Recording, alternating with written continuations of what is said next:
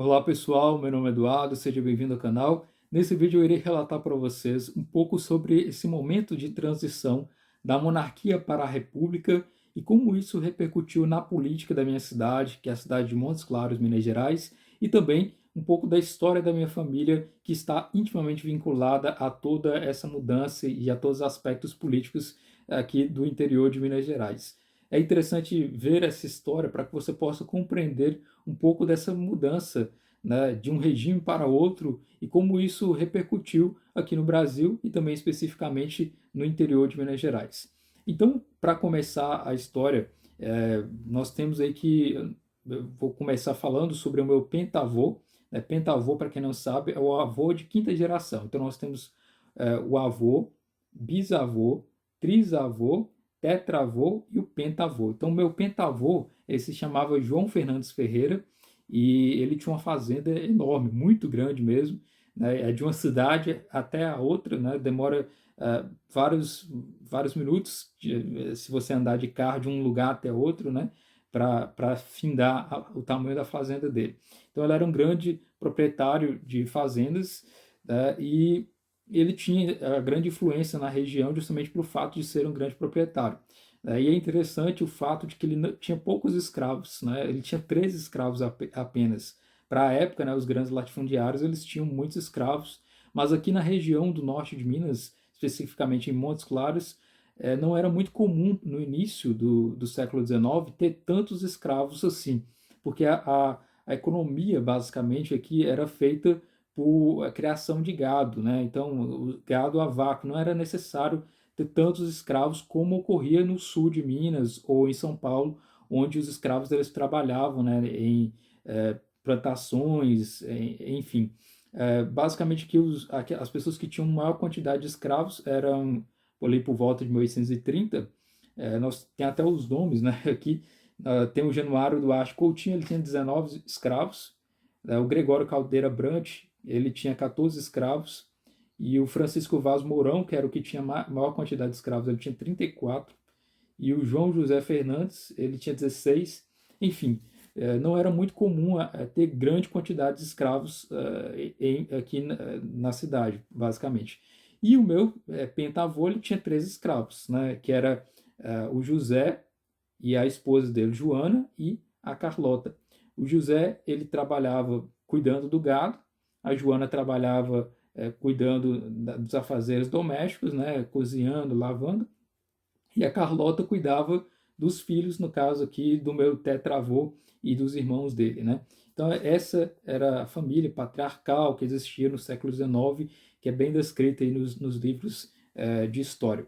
E por que eu estou contando isso tudo, né? Porque pouco depois disso é que se formou os grupos familiares que seriam os grupos políticos da cidade, né? Então, por volta de 1830, veio para a cidade um padre chamado Antônio Gonçalves Chaves. Esse padre Antônio Gonçalves Chaves, ele era amigo do padre Feijó, que foi regente, né, da época do Império, e ele teve uma participação política para se formar o Partido Liberal no Império, e ele era muito amigo, né, do Antônio Gonçalves Chaves, o Feijó, né? Então esse Antônio Gonçalves Chaves veio para a cidade para se tornar o vigário e para cuidar dos afazeres da igreja na cidade, né? Na época ainda não era cidade propriamente, né? Era uma vila, mas que tinha aí já sua Câmara de Vereadores, já estava se organizando politicamente. E com isso, ele, por ser adepto das ideias liberais do padre Feijó, ele não se importava com o celibato, né? E ele conheceu a filha do meu pentavô, que é a Maria Florença, né? E eles tiveram um relacionamento duradouro, tiveram mais de, acho que quase 10 filhos, né? Enfim, ele teve esse relacionamento e formou então a chamada família Chaves. E essa família Chaves trouxe aí vários políticos na cidade, né? E formou inclusive um lado político, que é a família dos Chaves, Prats, Sá e Fernandes, no caso, que era uma família que adotava as ideias do Partido Liberal. E do outro lado, nós temos outras famílias que se agregaram para se formar o Partido Conservador, que é a família dos Alves, dos Veciani, dos Veloso, dentre outros. Então, existia essa disputa política em torno de duas grandes famílias, dois núcleos familiares, né, que se disputavam a política. De um lado, o Partido Liberal, que estava ali o Chaves, os Prates, o Sá e os Fernandes. No caso, a minha família estava do lado do Partido Liberal, e do outro lado o Partido Conservador dos Alves, Veciani e Veloso. Então, esses dois núcleos se degladiavam aí na política para disputar o poder aí, da presidência da Câmara dos Vereadores, né, que equivaleria ao cargo de prefeito, né?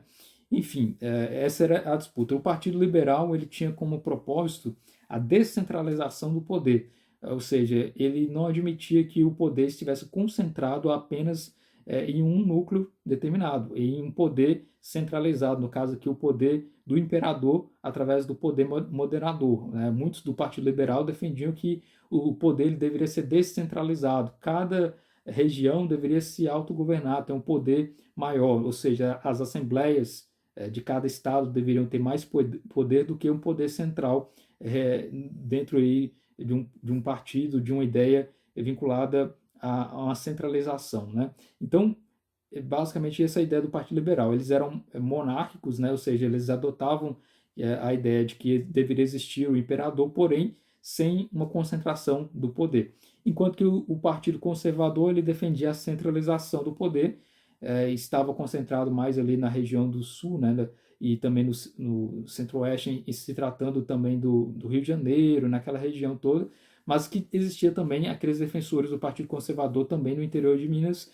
Eles não adotavam ideias tão liberais de descentralização do poder, eles adotavam a ideia de concentração do poder, e eles sempre estavam contra as inovações legislativas propostas pelo Partido Liberal, né? Ou seja, restringir também o poder das assembleias, né? Então, esses dois partidos aí.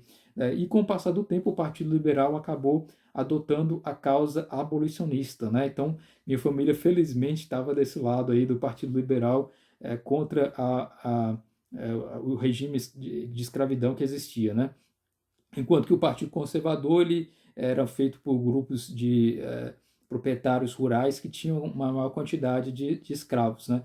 E como eu mencionei, no início do século XIX, poucas pessoas tinham escravos na região, não era uma grande quantidade como na região do sul, mas conforme foi passando o tempo, foi aumentando a população da cidade, essas pessoas vieram de outras regiões e trouxeram seus escravos para cá e tal. Então, acabou ampliando essa questão aqui na região. Então, houve esse intenso debate aí entre aqueles que já estavam aqui e que tinham essas ideias mais liberais, já antigas, né? Desde Francisco Sá, né? Francisco Sá era um republicano já ali desde o início do século XIX, que adotava essas ideias. Então, nós temos esse conflito de ideias no início do século XIX até a metade do século XIX, e depois que se formou esses dois grandes núcleos aí. E como minha família, já mencionei, meu pentavô ele tinha 13 escravos, né? Ele era do Partido Liberal, ele adotava então essas ideias que deveria existir a abolição também e a maior descentralização do poder, né? Por que eu estou falando tudo isso? Para chegarmos até o ponto da proclamação da República em 15 de novembro de 1889. Essa disputa política que existia na cidade era frequente, se alternava o poder entre um partido liberal, depois o partido conservador, e existia casos dramáticos também de alguns conflitos armados, coisa bem típica de uma cidade do interior, né? E esse lado do Partido Liberal, ele desejava a abolição, né? Desejava que se findasse a escravidão aqui no Brasil, né? Especialmente na região. Enfim, por volta ali de 15 de novembro, nós tivemos o golpe republicano, né? Para quem não sabe, o 15 de novembro foi um golpe armado, né? Feito aí pelo exército em se tratando de retirar o poder do monarca, né? Que era o Dom Pedro II, e poucas pessoas souberam na época do 15 de novembro, né? Durante um bom tempo aí as pessoas não tomaram conhecimento de que o Brasil já era uma república, né? Em 16 de novembro foi feito um telegrama e enviado para as várias localidades do Brasil e foi enviado para Ouro Preto, e de Ouro Preto foi enviado para a cidade de Montes Claros, né? E aí, por volta do dia 20 de novembro, é que nós tivemos aqui o conhecimento de que o Brasil já não era mais uma monarquia e havia sido instaurado a república, né? No dia 20 de novembro, por volta de 5 horas da tarde, imagina uma cidade pacata do interior, né, de Minas Gerais, ali por volta com seus 20 mil habitantes, mais ou menos, e um silêncio na cidade, né, no dia de semana, e de repente começa a se escutar estrondos, né? Foguetes e barulhos e uma passeata no meio da cidade e algumas pessoas gritando Viva a República, Viva a República. O povo, em geral, ele não sabia do que se tratava, o que era aquilo, só sabia que era muita gente fazendo barulho ali, né? Na verdade, eram umas 20 pessoas que estavam fazendo barulho e jogando um papel com dizeres, né, que tratavam sobre a proclamação da República. Eu tenho aqui esses boletins que estavam sendo entregues no dia, né? Era, na verdade, o telegrama vindo ali de Diamantina dizendo o seguinte: boletim do tambor. Viva a República, viva a nação brasileira. República instalada ontem no Rio. Governo provisório funcionando. Trata-se convocar a Assembleia Constituinte. General Deodoro, chefe governo provisório. Cesar Alvim, presidente de Minas, esperado hoje, Ouro Preto, tudo em paz. Diamantina, 16 de novembro de 1889, escrito por Francisco Fernando Rabelo.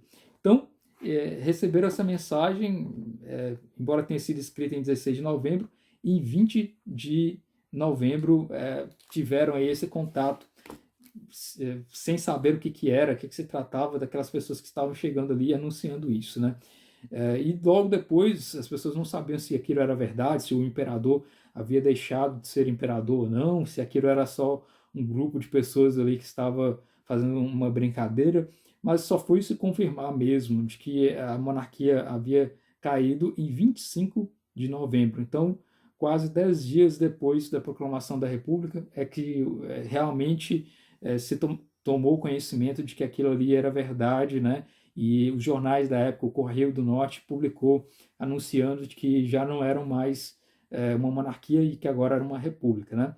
E nisso, o grupo político, né, que estava naquele momento, né, que verificou essa mudança, então decidiram se reunir, né, para que pudesse ser feita aí uma deliberação sobre isso, né? Foi feita a reunião na Câmara Municipal em 28 de novembro e nessa reunião as pessoas ainda estavam sem saber do que era aquilo, não era uma posição confortável à proclamação da República, porque as pessoas não sabiam o que deveria ser feito, né? Os políticos estavam assim, sem conforto quanto a isso, a ponto de que eles deliberaram nessa reunião do dia 28 de novembro o que deveria ser feito até com o símbolo, né, das armas em frente ao edifício da Câmara Municipal. E eles decidiram então que o símbolo da monarquia deveria ser retirado dali e deveria ser colocado então as armas da República, né? E é interessante dizer que esse emblema da coroa imperial ele deveria ser retirado, porém, como diz aqui na própria deliberação da Câmara, que não deveria proceder-se a essa retirada com escárnio à memória da pessoa que ultimamente ocupou o governo. Ou seja, deveria ser feita uma cerimônia solene para a retirada do símbolo da monarquia, mas sem escárnio em relação ao monarca, né? E foi feito então essa retirada desse símbolo no dia 30 de novembro, né, 15 dias depois da proclamação da República, né? E para tristeza dos republicanos, né, que comemoraram, né, aquela retirada daquele símbolo, na verdade foi um momento silencioso onde as pessoas não conseguiram entender muito bem, como eu mencionei, esse momento de mudança da monarquia para a república, mas houve um silêncio, né, no dia da retirada do símbolo da monarquia e colocado o símbolo da república, né? Enfim, é porque a grande maioria das pessoas na cidade ainda adotavam a monarquia como sendo o seu regime, né? E não engoliram muito bem a ideia de uma república, né? E logo depois foi feita a primeira deliberação oficial no dia 1º de dezembro, para ter aí então uma solenidade para acolher a República, né? Foi feita uma missa solene pelo padre José Vieira da Silva e logo depois foi hasteada a bandeira republicana na Câmara, né? É importante dizer que a banda militar, existia uma banda que era a Ortep Mosclarense, né, que tocava as músicas de solenidade. Eles eram monarquistas, eles não quiseram participar dessa solenidade do dia 1º de dezembro. Foi necessário chamar uma banda de outra cidade, da cidade de Bocaiúva, para tocar naquele dia, né?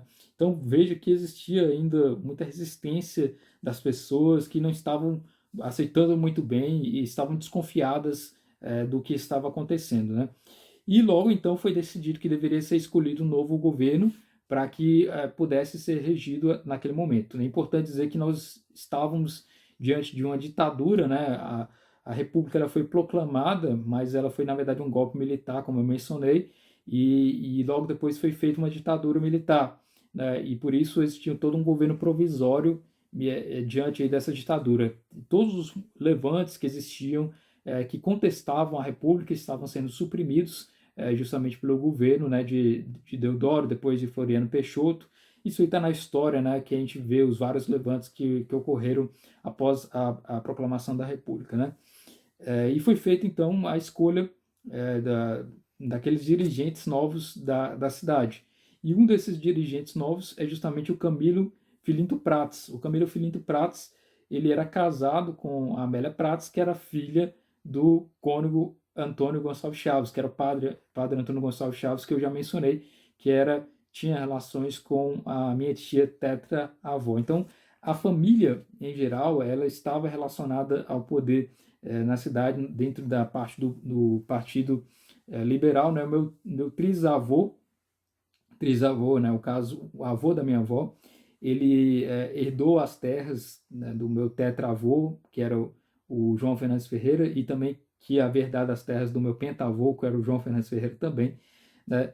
E ele havia herdado então as terras da fazenda e viveu nesse momento da época da proclamação da República. Também não havia entendido muito bem essas mudanças de um regime para outro, né? Porque a maioria da população era monárquica, né, naquela época. Mas, enfim, basta dizer que isso aconteceu. Esse Camilo Filinto Prats foi, então, o intendente, né, aquele que iria organizar a República, e ele era justamente casado com a prima do meu trisavô. Então, estavam todos relacionados numa mesma família, né? Meu tio tetravô, ele foi vereador, foi presidente da Câmara também. Temos aí o Agenor Barbosa, que era o primo do meu trisavô, que eu já mencionei, já fiz um vídeo falando sobre ele aqui. Ele participou da Semana de Arte Moderna de 22.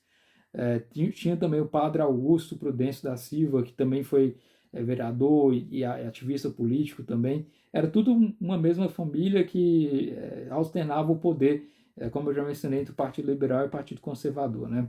Então veja que era uma família muito influente politicamente na cidade, e que acabou vendo essa mudança sem compreender muito bem naquela época, né? E é importante dizer também que logo depois de ter assumido o poder, né, o Camilo Prats, ele organizou a política da cidade. Os republicanos não entenderam muito bem por que o Camilo Prats havia sido escolhido, porque ele era do Partido Liberal, mas ele era monarquista, né? Ele não era republicano propriamente, ele era abolicionista do Partido Liberal, mas não era republicano. Os poucos republicanos que existiam na cidade eram o avô dele, né, o avô do Camilo Prats, ele era republicano, mas ele próprio não era, e também outros que existiam que tinham um clube do Partido Republicano na cidade, mas eles não tiveram participação ativa no início da República na cidade propriamente, né? E o que acontece? Ainda havia muita desconfiança contra a República, se escutava muito sobre esses vários levantes que eu já mencionei que existia, não se sabia se a República iria durar ou se o imperador, ou se alguém iria retornar e voltar à monarquia, né? Enfim, ocorreu então um levante por volta de abril de 1896, ou alguns dizem que é 1897, mas pode-se dizer que ocorreu uma invasão de uns vários jagunços na cidade de São Francisco, que é uma cidade próxima de Montes Claros, né? E as pessoas ficaram muito é, assim, apavoradas com aquela situação, né? Eu vou ler para vocês aqui o relato que aconteceu. Diz o seguinte, né? O relato no livro Efemérides Mineiras, volume 2 do José Pedro Xavier da Veiga. Ele relata sobre essa invasão desses jagunços na cidade de São Francisco que ocorreu ali em 1896. Diz o seguinte: a cidade de São Francisco é assaltada por uma horda de malfeitores vindos do território baiano e para isso aliciados presumidamente por homens maus da mencionada localidade. Os invasores, vulgo jagunços, além de depredações e extorsões insolentes, assassinaram atrozmente o juiz de direito da comarca, Dr. Antero Simões da Silva Cunha Atuar, e a um filho e a um sobrinho do mesmo infeliz magistrado, e a mais 6 cidadãos, deixando os cadáveres insepultos por alguns dias e depois lançando-os ao rio. No conflito, pois, as míseras vítimas da feroz e inopinada agressão resistiram, foram mortos 3 daqueles bandidos. As demais autoridades locais, famílias, etc., fugiram espavorados da cidade. Então veja que alguns jagunços invadiram a cidade de São Francisco, mataram o juiz, né, e mataram o filho do juiz, que era vereador naquela época também, mataram outros cidadãos daquela época, e as pessoas daqui do norte de Minas ficaram apavoradas com essa situação. Ocorreram outras 2 invasões na cidade de São Francisco também. O Guimarães Rosa menciona isso na obra Grande Sertão Veredas, dessas invasões que ocorreram aqui, desses jagunços na cidade de São Francisco. Enfim, isso apavorou a elite, apavorou o grupo político da época, então era um momento bem dramático na política da cidade e da região também, né? E por volta ali do dia 1º de abril de 1897, nós já tivemos vários conflitos, como já mencionei. Era o período em que havia o conflito também de Canudos, né? Canudos, que era uma cidade que havia se rebelado ali contra a República. Então havia todo esse clima tenso ainda.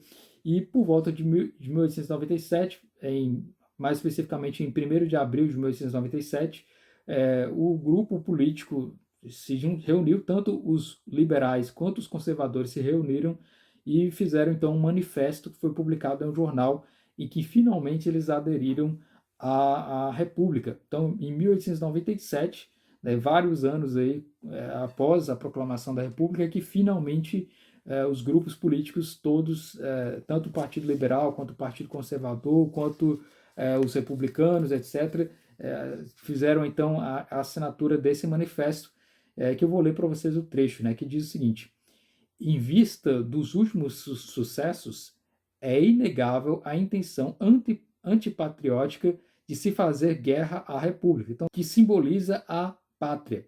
Por isso, como brasileiros, afirmamos a nossa solidariedade com o governo sempre que ele defenderá a forma republicana federativa. Temos fé em que os inimigos da pátria serão esmagados pela República. A nossa solidariedade não restringe os meios de manifestarem-se que somos republicanos em todos os terrenos. Viva a República! E ali subscreveu, né, o meu tio tetravô, o primo do meu trisavô também, o padre Augusto, né, Prudêncio da Silva, subscreveu também vários outros ali, o próprio Camilo Prates, né, o Camilo Filinto Prates, que também subscreveu isso.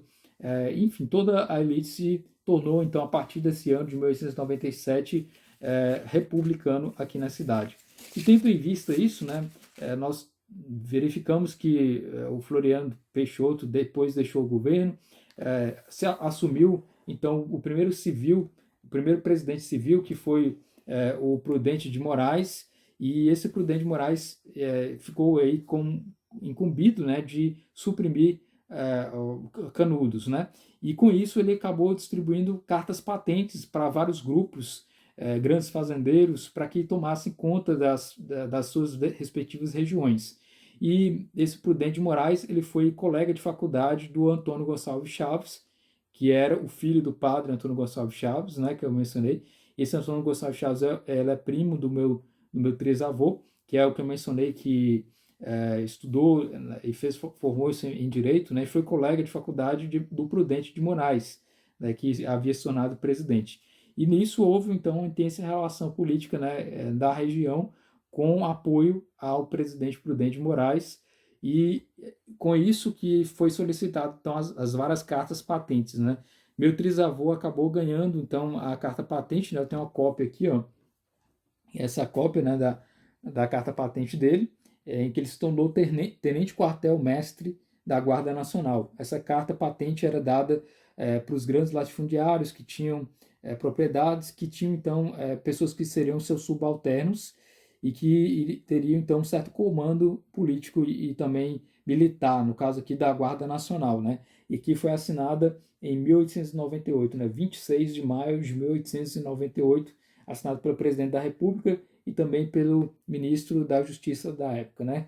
E essa carta patente, para que a pessoa ganhasse a carta patente, era necessário comprovar renda, que tinha determinada renda, que tinha determinada propriedade de extensão rural e que tinha certas condições de arcar ali com diligências que pudessem ser requisitadas pela República, né? Então, meu trisavô ele teve essa carta patente e a partir de então a nossa família passou a aderir à República, mesmo a contragosto, como eu já mencionei, né, não foi aceito durante um bom tempo, até que como o próprio imperador já havia falecido e já não havia mais esperanças de existir uma monarquia, passou então a ser aqui adotada o regime monárquico na cidade. Muito embora muitos monarquistas ainda perduraram na cidade, existem monarquistas até hoje na cidade, pelo que eu já ouvi falar, né? Então, veja que é um processo todo de transição da monarquia para a república, que ocorreram certos conflitos políticos também, né? E é importante dizer também que dentro desse processo político, é, alguns deles, né, que aderiram à República, aderiram assim de forma, como poderia dizer, de forma com uma surpresa, né, à República, a ponto aí de que eles tivessem que se adaptar a essa nova realidade com o passar do tempo aí também, né? Já não existia mais a escravidão desde da Lei Áurea, né, para felicidade aí da minha família que apoiava o Partido Liberal e o Partido Abolicionista, né? E era muito interessante, especialmente para o lado político do Partido Liberal, que ganhou mais força na cidade em detrimento do Partido Conservador. Mas é importante dizer que dentro desse processo de consolidação política, outros dentro do Partido Conservador também aderiram à República, né? Embora eles apoiassem também a monarquia, outros políticos como Celestino Soares da Cruz, depois do Camilo Filho do Prates, assumiram o poder, depois o Honorato José Alves, que é do Partido Conservador, também assumiu o poder, e depois dele, em 1897, né, e 1900, o Major Simeão Ribeiro dos Santos. O Major Simeão Ribeiro dos Santos, ele é o avô do conhecido senador Darcy Ribeiro, né, que foi também ministro. O Darcy Ribeiro, que é considerado aí um político de esquerda aqui no Brasil, né, da época aí do João Goulart e tal. Então, o Darcy Ribeiro ele era neto desse Simeão Ribeiro dos Santos, que era o major que havia também estava no poder justamente na época em que meu trisavô ganhou a carta patente aí da Guarda Nacional, né? E com o passar do tempo, depois dele, né, os grupos se reuniram para apoiar também a candidatura do Padre Augusto Prudêncio da Silva. Padre Augusto Prudêncio da Silva tem um livro que trata sobre ele aqui, né? Ele foi um padre que teve uma atividade política muito intensa na cidade, uma espécie de padre Cícero, né? Que era aquele padre que fazia milagres, né? Que as pessoas entendiam ele como sendo alguém que realizava milagres em vida, e ele foi candidato então e se tornou vereador e também depois presidente da Câmara, que equivale ao cargo de presidente e, aliás, prefeito da cidade. Então, o Padre Augusto era primo do meu trisavô, né? O primo do avô da minha avó, pode-se dizer assim. E após o fim de Canudos, após todo esse conflito que existia na época, e dadas as cartas patentes devidas, houve então uma certa pacificação quanto a essa transição da monarquia para a república, né? E aí que nós verificamos que teve o início da chamada República do Café com Leite, né? Enquanto que São Paulo produzia o café, Minas Gerais produzia o leite, né? No caso, com a criação do gado, como eu já mencionei, que era algo mais recorrente, né? E se produzia, então, o leite aqui em Minas Gerais, e começou, então, essa política que a gente conhece como a transição de poderes entre Minas Gerais e São Paulo, né? E com isso que nós temos toda essa história, né? Algum tempo depois, o primo do meu trisavô, né, que é o Agenor Barbosa, ele foi para São Paulo, ele trabalhou ali com Washington Luiz, e tem toda a história dele da Semana de Arte Moderna, que eu já fiz o vídeo aqui no canal, né? E tem um livro que eu já mencionei que trata sobre a participação desse primo do meu trisavô na Semana de Arte Moderna. Enfim, essa é um pouco da história da transição da monarquia para a república, e que minha família participou aí, especificamente aí com o Camilo Prates, né, que era casado com a filha do Antônio Gonçalves Chaves, que era, por sua vez, companheiro da minha tia tetravó, né, e também o meu trisavô, Camilo Fernandes Ferreira, né, que teve aí essa carta patente em 1898 da Guarda Nacional, assinada pelo presidente Prudente Moraes, e é tudo relacionado a essas interligações familiares, políticas, como eu mencionei. Dentre outros parentes, né, que também receberam as cartas patentes respectivas, tiveram participação política, como eu mencionei, o meu tio tetravô, ele foi presidente também da Câmara, que é o equivale ao cargo de prefeito também, né, o Alferes José Fernandes Barbosa, que é o pai do Agenor Barbosa, que participou da Semana da Arte Moderna. Enfim, tudo isso para mostrar para vocês um pouco dessa transição da monarquia para a república, e um pouco da história da minha família nessa participação política também. Então é isso, muito obrigado pela atenção, espero que você tenha gostado desse vídeo, se inscreva no canal se você não está inscrito ainda, e certamente eu irei fazer outros vídeos que tratam sobre a história da família, que participou em vários momentos da política, tanto em história local quanto em história nacional e internacional, etc. Então é isso, muito obrigado pela atenção.